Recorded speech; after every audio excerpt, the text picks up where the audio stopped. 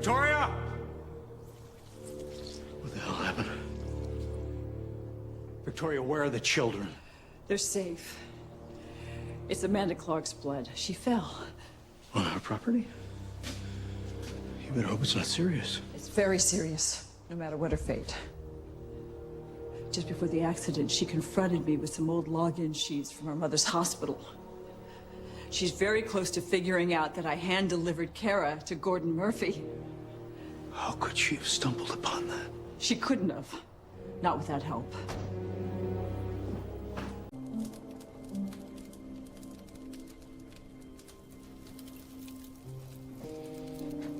Is that Daniel's poetry? Merely copies, I imagine. Surely it can't be that bad. No, on the contrary. We speak in hushed voices so as not to wake our memories.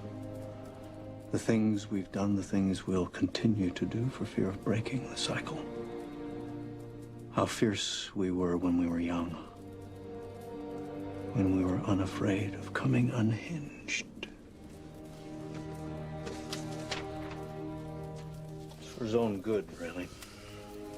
You know, I'll have some publishers send Daniel courteous rejections, and our son will go on to take his place at the head of Grayson Global, where he belongs. For fear of breaking the cycle. Well, you certainly did with your mother. I just wired Mr. Greevy a sizable sum, and he thanked us for giving him the role of his lifetime.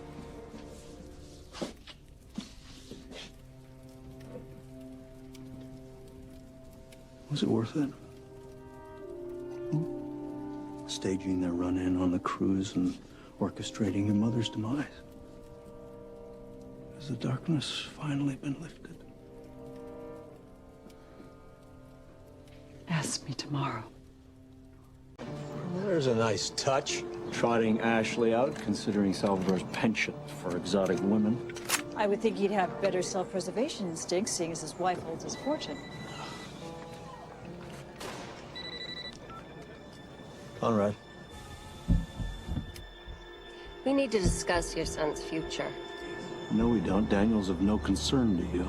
On the contrary.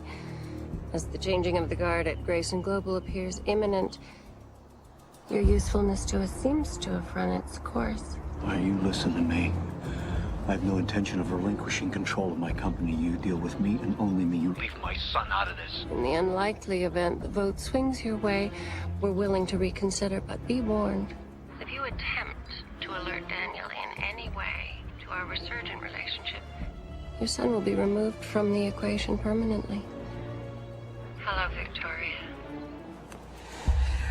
I swear, you so much as lay a hand on my son and I will kill you myself.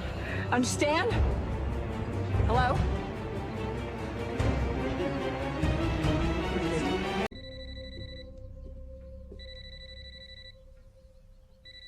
Are you going to answer that?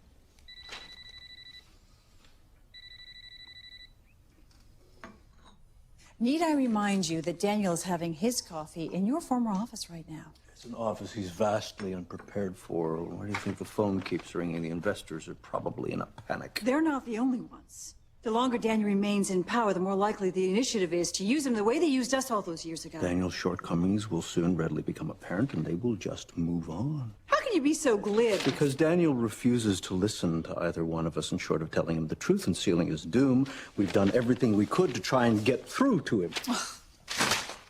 Not everything. I just got off the phone with Patricia Barnes. She and her husband are going to be spending the weekend with us. Patricia and Judge Barnes. Man's weeks away from the Supreme Court confirmation. You'd think our home would be the last place he'd want to be seen. Oh, but not Patricia. I just bought us the head table at her annual Liberty Project benefit. And why, pray tell, would you want to do that? Because her organization is dedicated to helping the falsely convicted appeal their unjust verdicts. And as a man wrongly accused of a crime yourself, this benefit is the perfect venue for you to begin rehabilitating your image. Oh, if they sold stock in irony, I would be richer than the Sultan of Brunei. When Daniel inevitably falters as the head of Grayson Global, the board is sure to welcome you back with open arms. Well, the question remains, how do we convince Daniel to abdicate? We don't. Emily Thorne does. Dear Mr. Clark. Conrad, a word? Victoria, do you mind? We're actually in the middle of things. And fully clothed. How refreshing. Perhaps it'd be best if you gave us a moment of privacy.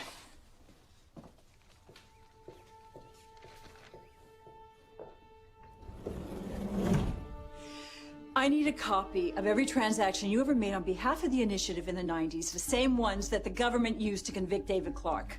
You know, if I remember correctly, you long ago requested to remain ignorant of all those tedious little details.